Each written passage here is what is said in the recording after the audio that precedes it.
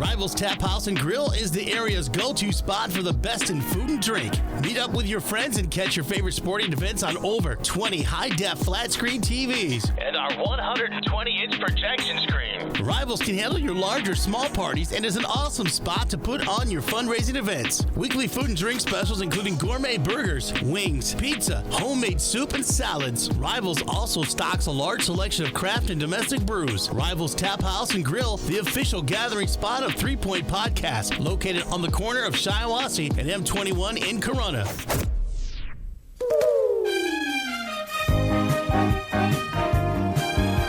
All right, I got a couple things, guys. First of all, we were talking about Detroit and going to the Tigers. I don't know if you saw the live from Detroit, the concert at Michigan Central, but man, it was well done. Seeing Eminem out there, Jelly Roll, Jack White. I mean, it was a cool event. I think it was invite only because I didn't hear much about being able to get tickets to it.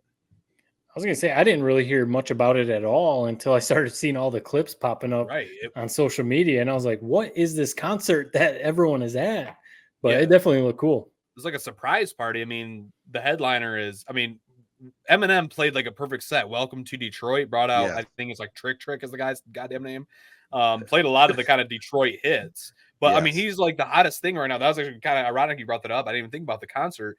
Eminem dropping basically a #1 song, Houdini. It came from nowhere. I didn't see that coming. I thought I kind of wrote Eminem off as like, he's still going to have his like kind of diehard fans, but he's just not really putting out good tunes anymore. That is a good song. And I'm excited for his album now. He's back, man. No, he's not back. I know as far as dropping music, but he's never left. He has every record basically for music sold. I mean, he immediately took the #1 spot on like Spotify and all the streaming services. He broke the record for even like YouTube views for the music video when he put it out. I mean, Eminem really, there's a debate on who's the greatest rapper ever and all that kind of stuff. We don't have to get into that. I don't even know if we could have that debate, but if you talk about sales, and anytime he puts out music, anytime he's featured on a song, anytime he puts out a video, I mean, we saw all this stuff when all of a sudden the Lions were making their, playoff push, and he started showing up in every promo video. He was in the NFL draft videos and stuff, and people go bananas for anything Eminem does. I mean, that's right in my wheelhouse because I mean when he burst on the scene, that's when I was in middle school. He's never left like in terms of popularity, but wouldn't you say his music had definitely dipped from like the last 5-6 years? It's or even longer, 8 years. It's like I feel like he's been leaving a little to be desired. Yeah, I mean, he even admitted it, that he tried to change his style a little bit. And that's the whole thing with this Houdini album, and especially the song that he put out. It's going back to the old Eminem, and that's what people want. I mean, absolutely. Yeah. If you can stand the, it's a little goofy sometimes. And then obviously when you get the album, if you can stand some profanity and, some jokes that you got to have some thick skin, then you'll enjoy it. Well, and I think he was one of the producers of the event too. I mean, it was really cool what they did with that Michigan Central. It used to be the train station there, and it was dormant and just a disaster for like 20 years. A lot of people thought they were going to tear that thing down, and now it's just a beautiful gem. That's what anytime they do that. I mean, they did that with the Fisher Building in Detroit. Like Detroit has so much cool architecture. It'd be a shame if they really, and that's. I love that that they saved it. You're exactly right. Yeah, and then I don't know if you knew this, Jared, but they have, I think, free tours up to Father's Day. So if you're interested in seeing what it looks like inside, go check it out. So wait, is it just a concert venue, or what did they turn it into? No, I don't think it's really it was a train station at one point. I think it's basically just like a nice building now. I'm not sure what they're gonna do. I think Ford Motor owns it. A functioning train station, right? No, it's not a train station. It's offices. And I think they were talking about it in the concert. They've got a lot of entrepreneurs that are in there. I think Ford Motor Company is a big, big backer financially because they had Bill Ford Jr. Talking about what's going on there. It just looks like a fantastic setup for Detroit. And we've talked about it before. We love Detroit. It gets a bad rap. I do think Detroit is coming back. It still has some bad things they got to clean up in some of the neighborhoods, but when you think about it, what big city doesn't, right? Right. I mean, they have a lot. I think I saw an article that for the first time, the census that came out recently, the first time in whatever the number was, 30 years, 30 years, the population actually increased in Detroit. Yeah. So, I mean, it's coming back. Well, didn't you say, Jared, one of your buddies there at Bally's lives at the old Tiger Stadium location there in one of the apartments? I mean, that is so cool. Ultimate pad. It's an ultimate pad. I mean, it's like condos there. You got a patio overlooking. They play football on Friday nights at that stadium. They play baseball there all the time. Willie Horton Field history, or something. Thinking you're like your place is where like home run balls were smashed. One quick little side story that was awesome. So Willie Horton, Detroit legend. Yep. Apparently back in like the 50s, or I don't know when he would have played, 60s, whenever he would have played. So they used to play the Detroit Public School League Championship in baseball at Tiger Stadium. Right. As a sophomore, Willie Horton powered a home run over the left field, like basically hit it out of the park over left field. I just thought that was wild. Like, dude, this guy is a sophomore, just grown man strength, hammering a ball out of a major league stadium. All-time Detroit legend, and grew up in Detroit, man. There's nobody like Willie Horton, man. Yeah. Willie the Wonder. Also on moving the subject along here, I'll give you credit for something, Jared. I've checked out The Boys. I watched the first episode. Yes. Watch the second episode. Watch the third episode. I'm into it, man. It's a great concept. I actually didn't think you'd like it, to be honest. No, I liked it because it's superheroes, but with a twist. I mean, it's hard to describe it without giving away all the plot, but it's basically the superheroes are the villains, right? Right. And anti-heroes.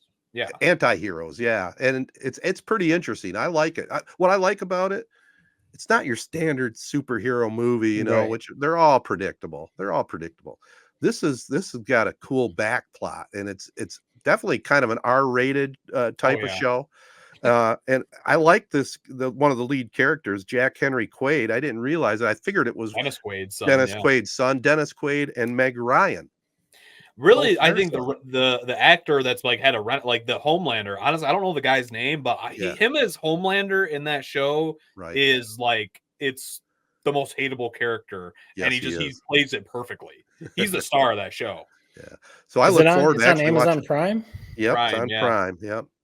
4 seasons. I think they're just starting the 4th season. Well, that's I'll have a report. I think it's dropping either next week or maybe a week from now, or maybe 2 weeks from now. But yeah, it's coming out. But anyway, 3 episodes in, I like it.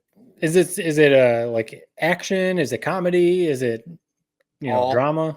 It's like, I mean, did you ever watch, like, I think it was like Watchmen back in the day? Basically, it's like what Ted said, where it's like the heroes, like they're represented by like a branding company, like almost like corporation athletes. It's almost like as if superheroes were like pro athletes, kind of like and you get paid to be a part of this superhero team. It is a fascinating like premise, really. Well, it's very updated too, because they're doing superhero things, and then they're talking about, geez, how many Instagram hits did I get? It's all really current. So that's cool. Definitely have to check that out. Yeah. Might have to watch it. You guys got anything on? I was going to mention, speaking of Eminem, I was going to mention another one that I think would be interesting to watch. I saw it's on Paramount Plus. It's called How Music Got Free. It's basically, I don't know if you guys have seen any clips on it or whatever, but it's I think it's just a 2-part docuseries, and Eminem is in it. Mm-hmm. But it's a look back on all the Napster stuff, like back in the day when illegally downloading music was such a big deal, and some people's music was getting stolen, and Eminem's was one. I kind of forgot about this. I just saw a clip on Twitter. Yeah, I saw that clip too. Yeah, where he was. So when his album The Eminem Show came out, obviously was a big deal. This is like peak Eminem. It dropped it all of a sudden, someone leaked it onto Napster and all the streaming services before it actually got released. So I started thinking back, and I was like, oh yeah, I remember that. And, of course, I downloaded it, and everyone was downloading it because it was free. And, Eminem in the clip is obviously not happy about it because people are getting his album for free before he was able to release it. So people had to buy it. So, maybe I think, Ted, you remember it. Obviously, this was before your time a little bit, Jared, but it's definitely one of those things that if you didn't like live in that time, I don't think you really realize how big of a deal it was to be able to download music. Oh Like yeah. nowadays, it's just like, what are you talking about? Like, what's the big deal? Who cares? It was the coolest thing to be able to get on your computer.